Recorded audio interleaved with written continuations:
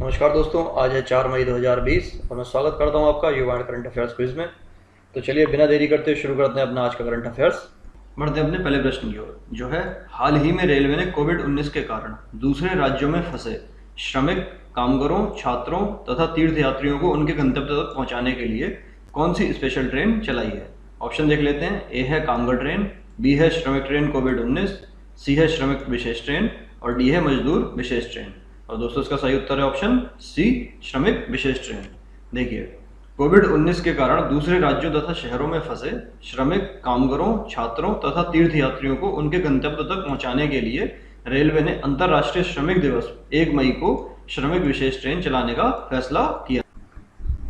आइए बढ़ते हैं अपने अगले प्रश्न की ओर, जो है हाल ही में Indian council of medical research संस्थान ICMR ने कोरोना वायरस की जांच के लिए किस संस्थान को अनुमति प्रदान की है।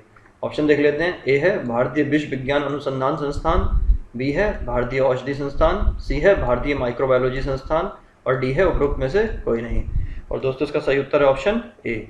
इसको अनुमति प्रदान की गई है भारतीय विश्व विज्ञान अनुसंधान संस्थान को। और किसने की है? Indian council of medical research संस्थान ने या फिर ICMR ने। चलिए बढ़ते हैं अगले प्रश्न की ओर, जो है कॉमनवेल्थ यूथ गेम्स 2021 का आयोजन कहां पर किया जाएगा। ऑप्शन देख लेते हैं। ए है इंडोनेशिया, बी है त्रिनाद एंड टोबैगो, सी है ईरान और डी है मलेशिया। और दोस्तों इसका सही उत्तर है option B, Trinidad and Tobago. देखिए, कॉमनवेल्थ यूथ गेम्स 2021 का आयोजन 1 अगस्त से 7 अगस्त के बीच त्रिनाद एंड टोबैगो में आयोजित होना प्रस्तावित है। लेकिन क्या है कि कोविड-19 के कारण इसको 2023 तक स्थगित करने की मांग की जा रही है। चलिए बढ़ते हैं अगले प्रश्न की ओर। हाल ही में चर्चा में रहा प्लग एंड प्ले मॉडल का संबंध कौन से मंत्रालय से है। आपको बताना है कि प्लग एंड प्ले का जो संबंध है वो कौन से मंत्रालय से है। ऑप्शन देख लेते हैं। ए है मानव संसाधन विकास मंत्रालय, बी है कृषि एवं किसान कल्याण मंत्रालय, सी है वाणिज्य एवं उद्योग मंत्रालय और डी है जल शक्ति मंत्रालय। और दोस्तों इसका सही उत्तर है ऑप्शन सी, वाणिज्य एवं उद्योग मंत्रालय। तो दोस्तों इसके डिस्क्रिप्शन पर बढ़ने से पहले एक बार मैं आपको बता दूं कि हमने इसकी जो PDF है उसका लिंक डिस्क्रिप्शन में दिया हुआ है और हमारी जो वेबसाइट है उसका जो टेस्ट का लिंक है वो भी डिस्क्रिप्शन में दिया हुआ है। उसके अलावा हमारे जो ऑनलाइन टेस्ट हैं, काफ़ी हमारे फ्री टेस्ट हैं, उन सब का लिंक भी डिस्क्रिप्शन में दिया हुआ है, जो कि आप वहाँ से ले करके और उन पर क्लिक करके हमारे टेस्ट अटैम्प्ट कर सकते हैं। और चलिए अब बढ़ते हैं इसके व्याख्या की ओर। देखिए, निवेशकों को आकर्षित करने के लिए हाल ही में प्रधानमंत्री नरेंद्र मोदी ने प्लग एंड प्ले मॉडल को साकार करने के लिए वाणिज्य और उद्योग मंत्रालय पूरी तरह से जुट गया है। और इसके तहत क्या है कि modified industrial infrastructure upgradation scheme में बदलाव किया जा रहा है। किस में बदलाव किया जा रहा है? Modified industrial infrastructure upgradation scheme में। और इसके तहत क्या होगा? इसके तहत औद्योगिक उत्पादन के लिए विशेष आर्थिक क्षेत्र, इसको क्या बोलते हैं? Special economic zone. जो स्पेशल इकोनॉमिक जोन है उनमें क्या है कि जो गैर उपयोगी खाली पड़ी जमीन है उसका इस्तेमाल किया जा सकता है। अब देखिए, है क्या प्लग एंड प्ले मॉडल, उसके बारे में बताते हैं आपको। सामान्य अवस्था में क्या होता है कि फैक्ट्री लगाने के लिए क्या करता है कि कोई भी कंपनी है उसे जमीन लेनी पड़ती है और फिर वहाँ पर क्या है कि बिजली, पानी, सड़क, देखिए बिजली, पानी, सड़क और अन्य इंफ्रास्ट्रक्चर सुविधाएं जो है वो विकसित करनी पड़ती हैं। और उसके बाद क्या होता है कि फिर वहाँ पर उत्पादन शुरू हो पाता है। और इन कामों में अगर एवरेज देखा जाए तो लगभग 2 वर्ष का जो समय है वो लग जाता है या फिर उससे ज़्यादा का भी समय लग जाता है, वो कंपनी के ऊपर डिपेंड करता है। अब प्लग एंड प्ले में क्या व्यवस्था की गई है कि वहाँ पर कंपनियों को ये सब इंफ्रास्ट्रक्चर जो है वो पहले से तैयार मिलेगा या फिर तैयार मिलता है और वहाँ क्या कर सकता है कि जो निवेशक है वो सीधे आकर के उत्पादन शुरू कर सकता है। तो चलिए दोस्तों बढ़ते हैं अपने अगले प्रश्न की ओर, जो है वर्ष 2022 फुटबॉल विश्व कप का आयोजन किस देश में किया जाएगा। ऑप्शन देख लेते हैं। ए है रूस, बी है कतर, सी है जर्मनी और डी है फ्रांस। और दोस्तों इसका सही उत्तर है ऑप्शन बी, कतर। वर्ष 2022 फुटबॉल विश्व कप का आयोजन कहाँ किया जाएगा? कतर में किया जाएगा। चलिए बढ़ते हैं अगले प्रश्न की ओर। हाल ही में Jawaharlal Nehru centre for advance scientific research में सैद्धांतिक विज्ञान की प्रोफेसर शोभना नरसिम्हन को किस देश में academy of arts and sciences में अंतर्राष्ट्रीय मानद सदस्य के रूप में चयनित किया गया है। ऑप्शन देख लेते हैं। ए है ब्रिटेन, बी है अमेरिका, सी है रूस और डी है जर्मनी। और दोस्तों इसका सही उत्तर है ऑप्शन बी, अमेरिका। क्या किया गया है? शोभना नरसिम्हन को क्या किया गया है कि अमेरिका में जो है academy of arts and sciences में अंतर्राष्ट्रीय मानद सदस्य के रूप में क्या किया है? चयनित किया गया है। कैसे किया गया? शोभना नरसिम्हन को। ये आपको याद रखना है, एक अच्छा क्वेश्चन बन सकता है। चलिए बढ़ते हैं अगले प्रश्न की ओर, जो है हाल ही में रिलायंस इंडस्ट्रीज ने 53,125 करोड़ रुपए के राइट्स इशू लाने की घोषणा की है। क्या लाने की घोषणा की है? राइट्स इशू लाने की घोषणा की है। इसका मूल्य कितने रुपए प्रति शेयर रखा गया है?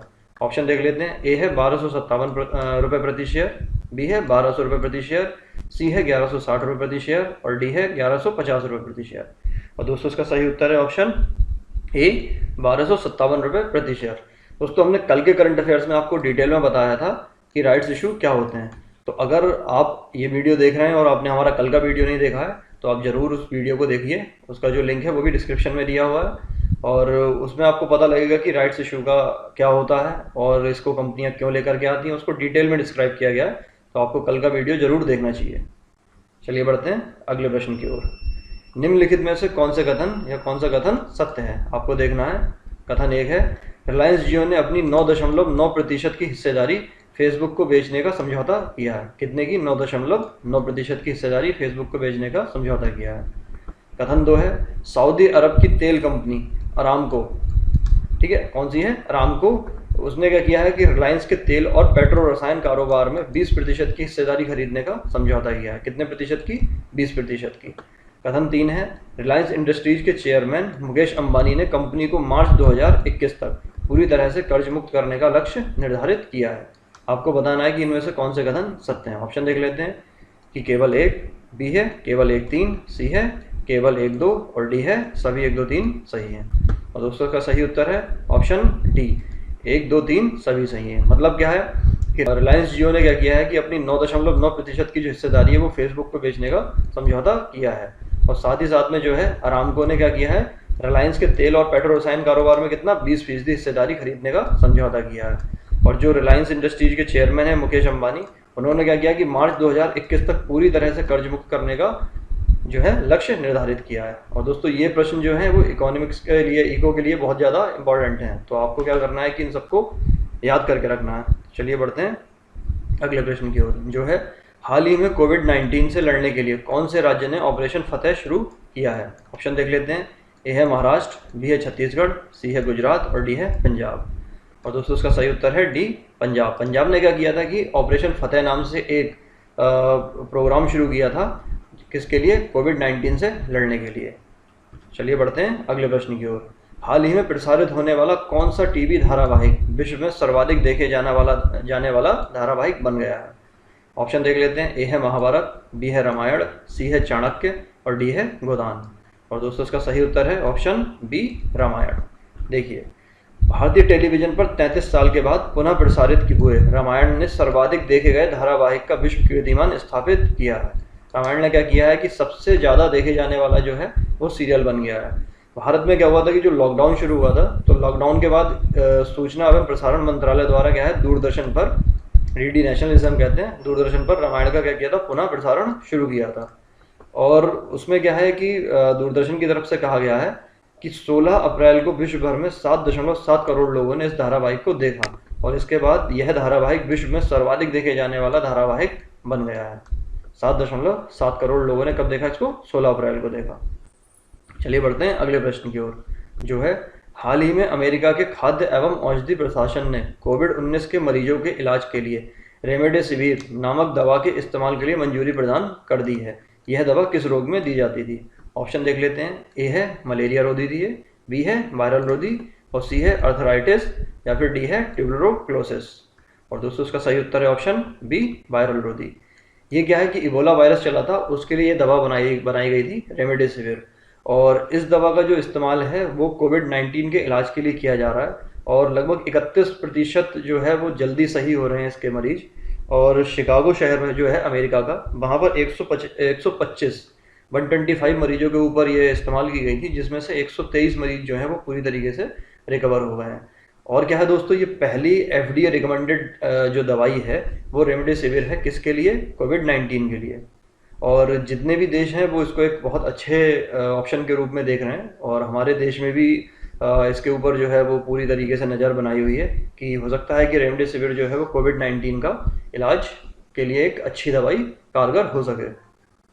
तो चलिए बढ़ते हैं अपने अगले प्रश्न की ओर, जो है हाल ही में किस राज्य के अल्पसंख्यक आयोग के अध्यक्ष के ऊपर राजद्रोह का मामला दर्ज हुआ है?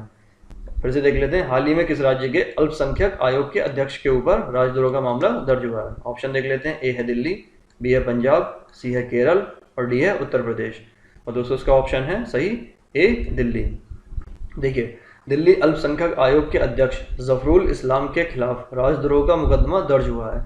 जफरुल इस्लाम के खिलाफ भारतीय दंड संहिता की धारा 124A राजद्रोह और 153A धर्म, नस्ल और जन्म स्थान के आधार पर विभिन्न समूहों के बीच शत्रुता भड़काने के तहत मामला दर्ज हुआ है। और ये क्या है कि अल्पसंख्यक आयोग जो क्या होता है, वो क्या होता है, सांविधिक निकाय होता है। चलिए दोस्तों, बढ़ते हैं अपने आज के प्रश्न की ओर, जिसका जो है 3 मई को संपूर्ण विश्व में कौन सा दिवस मनाया जाता है? 3 मई को संपूर्ण विश्व में कौन सा दिवस मनाया जाता है? ऑप्शन देख लेते हैं, ए है विश्व हास्य दिवस, बी है विश्व तपेदिक दिवस, सी है विश्व अस्थमा दिवस और डी है विश्व जल दिवस। और दोस्तों क्या करना है, आपको कमेंट के माध्यम से हमें इस प्रश्न का उत्तर देना है। तो चलिए खत्म करते हैं आज का करंट अफेयर्स इसी के साथ। Thanks for watching. अगर आपको ये वीडियो पसंद आया है तो आप इसको लाइक कीजिए और कमेंट में हमें उत्तर भी दीजिए, और साथ साथ में अगर आपको अगर कोई सजेशन है, कोई फीडबैक है, तो वो भी आप हमें कमेंट के माध्यम से दे सकते हैं। वीडियो को शेयर कीजिए अपने जो भी व्हाट्सएप ग्रुप हैं या फिर फेसबुक ग्रुप हैं या फिर आपके जो भी फ्रेंड्स हैं जो प्रिपरेशन कर रहे हैं एग्जाम की, क्योंकि देखिए हमारा ये जो करंट अफेयर्स है वो इस तरह से हम लोग बना रहे हैं कि एक लेखपाल के एग्जाम से लेकर के ये यूपीएससी आईएएस तक के लिए यूजफुल है। चलिए मिलते हैं कल के अंक में, तब तक के लिए जय हिंद, जय भारत।